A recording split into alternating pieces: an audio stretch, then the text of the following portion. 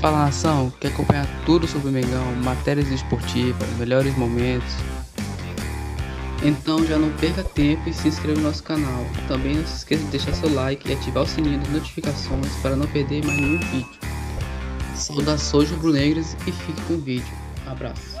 Tem a nossa hashtag aqui, hashtag F90BR. O povo tá perguntando. Vamos falar do Flamengo, o grupo do Flamengo. Então, Felipe Facincani, eu vou abrir esse assunto com você. Coloca, por favor, pra gente também o grupo H, o grupo do Flamengo, o último grupo da Libertadores, que ficou com Flamengo, Universidade Católica, Sporting Cristal e Talheres. A gente estava olhando aqui a tabela, eu e Zinho, a gente estava dando uma espiada na tabela, Facinca, para ver que a Católica é a 8ª colocada do chileno, Talheres está em 12º no primeiro grupo do argentino.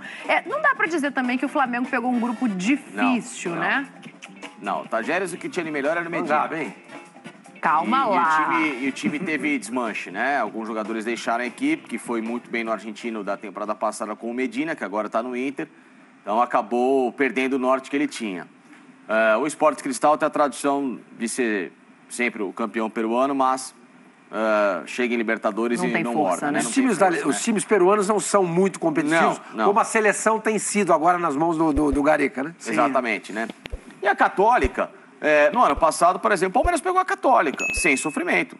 Sofreu, assim, desnecessário no primeiro jogo lá em Santiago, mas ainda assim ganhou de 1-0, com um pênalti que questionável, é verdade, mas ganhou. Né? Não teve nenhum tipo de, nossa, absurdo, aquele jogo tenso, meu Deus. Não, a Católica fez a pressãozinha ali e tal, o Palmeiras segurou bem o resultado e veio pra cá e matou a Católica, entendeu? Então, assim, o Flamengo não tem nenhum tipo, na minha visão, de bicho-papão, de dificuldade. Repito, assim como o Sormani falou de o Palmeiras passar invicto no grupo dele, o Flamengo, na minha visão, tem tudo pra passar invicto no grupo dele também. Ó, tem um argentino aí, hein? Tudo bem, o Talheres não tem a tradição, a força, mas eliminou São Paulo já em fase classificatória. Tem que mudar muito o que está acontecendo nesse início do campeonato argentino, né?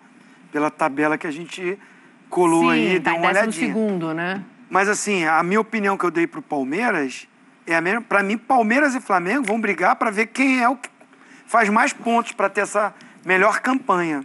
Pelos grupos que eles caíram. São os dois timaços, né? Junto com o do Atlético também, são os melhores elencos. Então, o Corinthians tem 11 e o Vitor está buscando opções para criar um elenco também. Mas, na verdade, os 3 grandes favoritos... Agora, se a gente falar, a gente vai apontar esses 3 e, de repente, fala do River, né? Então, não foge disso, né? Não foge muito disso. É o Paulo Souza encontrar também o sistema dele, o time dele. Tem uma base... Mas acho que ele está demorando para encontrar esse time. Esse adversário aí é complicado. Porque eu até dei uma declaração no ESPN e o pessoal já... Não tem jeito. A gente aqui fala alguma coisa, o pessoal printa, faz. A gente veio nessa vida para ter rei. Eu não falei que o Flamengo não tem time para jogar Libertadores. Eu não sou louco de falar isso. Que disseram isso que você falou? Porque eu falei que o Flamengo não estava pronto. Eles entendem o que eles querem. O time do Flamengo não está pronto... Porque o Paulo Souza ainda não definiu. O que não quer dizer que ele não consiga passar por um grupo vencendo, mesmo jogando... O Flamengo com o time B passa nesse grupo aí. Mas não tem chance de jogar bem? O Flamengo com o time B passa nesse grupo. E outra, hein? O Palmeiras e o Flamengo, na minha opinião, foi tão bom esse grupo que eles caíram, que eles vão poder até dar uma olhada pro Campeonato Brasileiro para começar bem. Não ficar aquela coisa, vou poupar no Brasileiro... porque tem a Libertadores. Não, dá pra você dividir os dois com Dá pra eles brigarem nas frentes todas. Então eu acho que o time do Flamengo... O elenco do Flamengo é espetacular, é maravilhoso. O time que tem Gabigol, Arrascaeta, Bruno Henrique, Davi Luiz, Felipe Luiz. A gente vai aqui falar, aí olha pro banco, o Paulo Souza vai olhar pro banco assim... não tá muito legal. Vem cá o Vitinho, vem cá o Marinho, vem cá o Pedro, vem cá o André, vem cá... você vai aqui. Pablo, que chegou, que tá se recuperando. Então, assim, eu só acho que o time não está ainda pronto. Encaixado. Encaixado. Tanto é que, assim, se esse time, como tá jogando agora, já estivesse numa fase avançada da Libertadores, teria dificuldade. Para chegar numa Libertadores, já enfrentar. Agora é a decisão, pegar o River, pegar o Atlético. Como era no passado, lembra? O campeão, vamos supor, se o Flamengo tivesse sido campeão, ele entrasse já na fase de mata-mata, ele não passando pelo grupo, seria difícil, concordo com você. Agora sim, o grupo que caiu é para brigar pela melhor campanha para ter vantagens, e o Paulo Souza encaixando o time é o favorito. Ele tá demorando. É o favorito. Tá demorando. Tá demorando. Eu tenho criticado muito, se isso tem sido chato. Eu tô falando toda hora isso. Eu acho que assim, ele quer jogar com 3 zagueiros, ele quer variar esse sistema tático, mas escolhe os jogadores, né? Quem é esse time? É Rodinei ou Mateuzinho?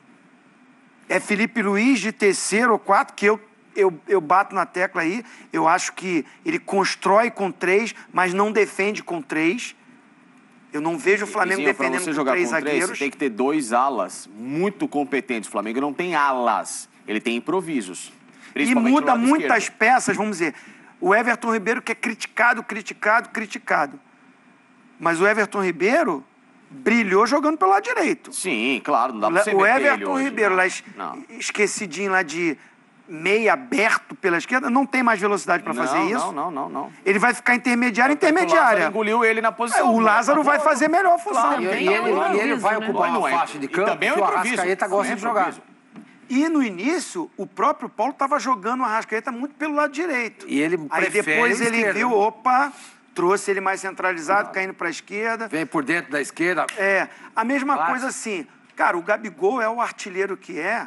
O Gabigol está na história do Flamengo como um dos top ali, para definir essa... ele movimentazinho. Não, mas ele cai ali na direita e ele que lança para o Bruno Henrique entrar... Ele se completa. Sabe qual é a sensação Agora, que eu tenho? Ele jogar pela direita... o melhor de cada um. Ele está mudando características de alguns jogadores e não tirando o melhor desse jogador. É isso. Sabe? O Marinho brilhou no Santos jogando de ponta direita. Pois é. Agora ele quer que o Marinho jogue como um cara mais pelo meio.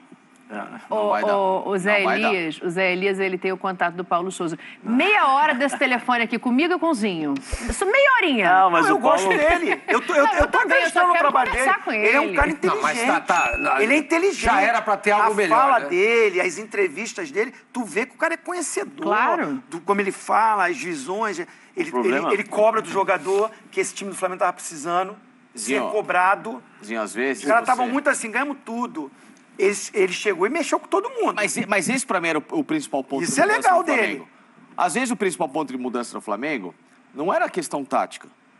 Era a questão comportamental. Sim. Porque se você mexe na questão tática... Mas ele veio pra mudar. Você muda tudo. Não, sim, mas só que se você pode mandar o cara correr. Mas se você não der uma direção pra ele correr, vai ser cavalo... Vai correr assim, é cavalo de corrida. Vai correr sempre no mesmo lugar. Ele não tem feito isso, isso é um grande problema. A questão que eu falo...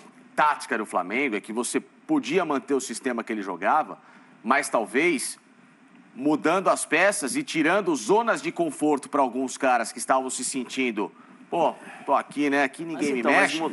Colocando gente que tá pedindo passagem, como um Lázaro, como um João Gomes. Mas aí uma chegada de um novo zagueiro. Mas aí entra aquela história, por exemplo, o Lázaro. A função que ele está fazendo é uma função que se sobressai porque ele está fazendo uma função que o Everton Ribeiro não está acostumado. Mas aí você vai tirar o Everton Ribeiro da função que ele estava fazendo. Será que o Lázaro iria fazer a mesma função? Porque aí o Everton Ribeiro permaneceria na dele, o Bruno Henrique permaneceria na dele, o Gabigol lá na frente. O mecanismo seria diferente. Às vezes, por exemplo, às vezes não. Entendeu? Às vezes você pode, por exemplo... Porque aí, que nem você está falando, eu tenho que cobrar do cara que já está acostumado, não está vencendo, então está faltando cobrança, como o Zinho falou. Talvez, se você tivesse essa cobrança como o Paulo Souza está fazendo, esses caras estariam jogando da forma que estavam jogando há um tempo atrás. Sim. E aí você não precisaria mexer tanto na estrutura. Ele mexe muito. Entendeu? O problema... Mas pra mim é o que eu falei, ele mexeu muito numa estrutura que talvez a característica do estilo de jogo que ele quer fazer para alguns jogadores não casa. Mas eu já falei aqui, não adianta você mexer na estrutura e não ter as características para mexer. Sim, é isso que eu tô falando. Você quer mexer, colocar o Felipe Luiz às vezes como zagueiro e depois quando defende ele abre lá para a esquerda e aí você perde a possibilidade de... onde o Felipe pode jogar? Poxa, eu posso pegar o Felipe porque os caras vão marcar. O Felipe pode ser um meio armador, por dentro, jogando como ele fazia. Ou se não, vem cá, eu tirei o Everton, joguei o Everton ala esquerda. Pô, o Everton no começo da carreira era ala, era zagueiro. Aí todo mundo viu que não dava, ele foi por dentro. Onde ele chegou na seleção, onde ele ganhou títulos importantes, ali aberto. Então, assim, tem muita... Eu acho que mudar, beleza, ele chegou para mudar. Mas tem muitas mudanças. Então, e aí não adianta você cobrar, você pode cobrar, você se impõe, olha, tem que correr e tal. Os caras estão correndo, mas estão correndo para onde? Então, mas é isso que eu tô falando, Zé. Exatamente isso que eu falei. Aproveitar a espinha que já tinha ali. Ele podia ter mantido a espinha dorsal que os jogadores estavam acostumados e dentro dessa espinha, você trabalhar ou com os mesmos caras tentando recuperá-los ou assim, amigão, espera um pouquinho que tem um outro aqui com o farol ligado para passar. Ah, mas eu sou o fulano. Tá bom, você é o fulano, mas agora a roda tá girando. Então, mas e aí você trabalha... É o que você falou 5 minutos atrás. Você falou que tinha que ter a cobrança para esses caras saírem da zona de conforto. Se você tem a cobrança em cima desses caras que estavam acostumados a jogar, fatalmente, esses meninos que estão batendo na porta, as oportunidades seriam difíceis, porque se você pega esses caras jogando do jeito que tá jogando, você não tem como tirar Bruno, você não tem como tirar Everton, você não tem como tirar Gabigol. Mas isso que a questão é que eles não estão jogando. É isso que eu tô falando. A cobrança é você mostrar para eles que tem um farol ligado aqui, amigão. É o seguinte, ó, vamos... É a história do maçarico, que você brincou.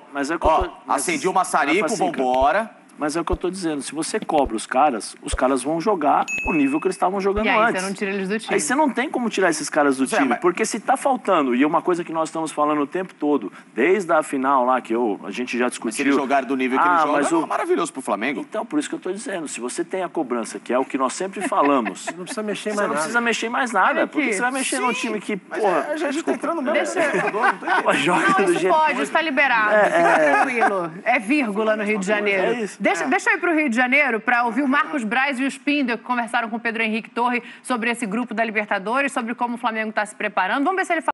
Dentro do que a Libertadores tem uma logística, não vou falar tranquila, mas acessível em relação aos times que foram sorteados com a gente. Então, eu acho que foi bom.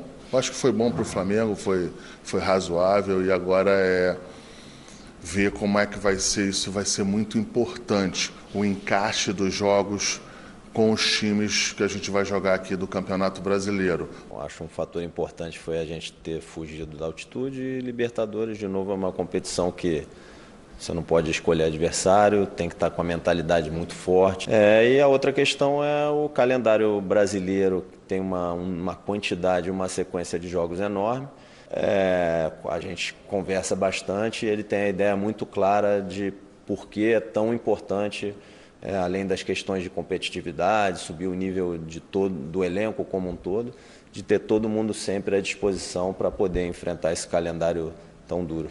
Não, a gente ainda continua na busca de fortalecer a equipe, de deixar com a maior musculatura possível em relação a essa longa temporada que nós iremos ter, que não é só Libertadores, né? Nós temos Campeonato Brasileiro, a Copa do Brasil. Enfim, a nossa preocupação agora é um pouquinho maior em relação ao dia 2, mas teremos oportunidade de outras janelas também aí, para que na sequência do campeonato a gente possa nos reforçar. Mas dia 2 é um dia importante. Mas algo em vista aí já para sair até para o dia 2? Dá para passar alguma coisa? Em vista tem, mas não dá ainda para passar nada. Rapaz, aí, ó, o Flamengo ainda atrás de reforços, então, segundo o Braz. Agora, sabe o que eu acho curioso? Sabe o que eu acho engraçado? É que, assim, é um grupo razoável. Não deu para reclamar do grupo, a gente vai fazer aquele adendo do calendário. Mas o calendário, aí é para todo mundo, né, Zinho? Sem dúvida. O Flamengo tem um calendário recheado pela grandeza e pelos resultados que ele obtém. Ele está na Libertadores porque o Flamengo briga por todos os títulos. Falando do Flamengo, falando do Palmeiras. São os que reclamam, né? Sim. Mas, assim, o elenco que eles estão formando, esses clubes, e aí a gente está falando especificamente do Flamengo, é para suportar isso. A gente olhar para o elenco do Flamengo e não é um elenco para entrar forte em todas essas competições. Quando tiver Copa do Brasil, não vai ter Libertadores. Assim, eu já joguei, na minha época lá, eu não gosto de ficar lembrando, parece que é saudosismo. Não, mas a gente gosta. Mas assim, de jogar terça, quinta e domingo. Sim, 99. Ou você não jogou? Aí é diferente. Era aquela B12zinha Agora, cara, depois do você jogo. jogar quarta, você jogar meio de semana e final de semana, com a estrutura que esses clubes têm, com a ciência como entrou no futebol, com uma possibilidade que é dada. É só ser atleta profissional. É só se cuidar. Se o cara se cuidar hoje, ele usufruir do que o clube oferece, perfeitamente, quarta e domingo, quarta e domingo. Suporta. Por que será? Suporta. Ezinho, uma pergunta pra você. Porque os outros também vão jogar, desculpa, Zé. Os outros também vão jogar. Ah, o Flamengo vai jogar 4 domingo e o Corinthians vai ficar descansando para pegar ele no domingo. Não vai. Vai jogar também. O Palmeiras vai jogar, o Atlético. Então, assim, fica uma coisa assim, que o calendário... É o seguinte, a temporada toda, você jogando sempre 4 domingo, chega lá no final, a probabilidade de ter contusão, tem problema de cartão, isso acontece. Agora, o elenco que o Flamengo tem, se não for o melhor, tá entre os 3 melhores sul-americanos, não estou falando só do Brasil. A pergunta é, por que Paulo Souza chegou e colocou treinamento 8 horas da manhã, todo mundo junto, todo mundo almoçando, todo mundo jantando, depois do treino todo mundo janta para depois ir embora? Por que será que ele colocou isso? Mas assim, é claro que é já com informações, esse grupo precisa você segurar, você realmente se impor, pedir mais profissionalismo. Mas, ao mesmo tempo, Zé, a gente que viveu isso, eu conheço o CT de alguns clubes, principalmente aqueles que eu joguei, que eu tenho identificação. Então, eu entro no CT do Palmeiras, eu entro no CT do Flamengo, né, porque a gente tem uma abertura. Cara, é um hotel 5 estrelas. É um paraíso. Claro que o cara, e eu também vivia isso, a gente quer ir pra casinha, eu dou um beijinho, você não. Claro. Dá um beijinho na Simoninha. Simoninha. Dá um beijinho na Simoninha, minhas filhas. Não, porque não parece nada com a Simoninha. Não, na amizade. Não, só vou lá, espera só pro churrasquinho depois lá. Aí tá certo. É legal você em casa, tá com a família, isso alivia, dá aquela tranquilidade. Agora, o que eu quero dizer é o seguinte, isso que o Zé falou, o cara chega lá de manhã, tem um café da manhã, eu vivi isso, espetacular.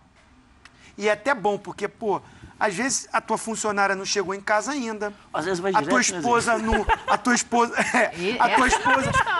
não acordou. Você só acorda e vai pra lá, sabe? Você tem o do bom e do melhor pra comer e se preparar pro trabalho, pro treino. E assim, treina, depois você tem um almoço, você tem um período de recuperação que você pode dormir no CT, acorda... Quarto individual para cada um. Você treina de novo, janta depois e vai embora. Ou seja, toda a recuperação você pode fazer. NBA aqui, o Jordan preferia jogar fora do que em casa, né? Exatamente por conta disso. Porque quando jogava fora, eles todos ficavam no hotel, não tinha as distrações que você tem em casa, entendeu?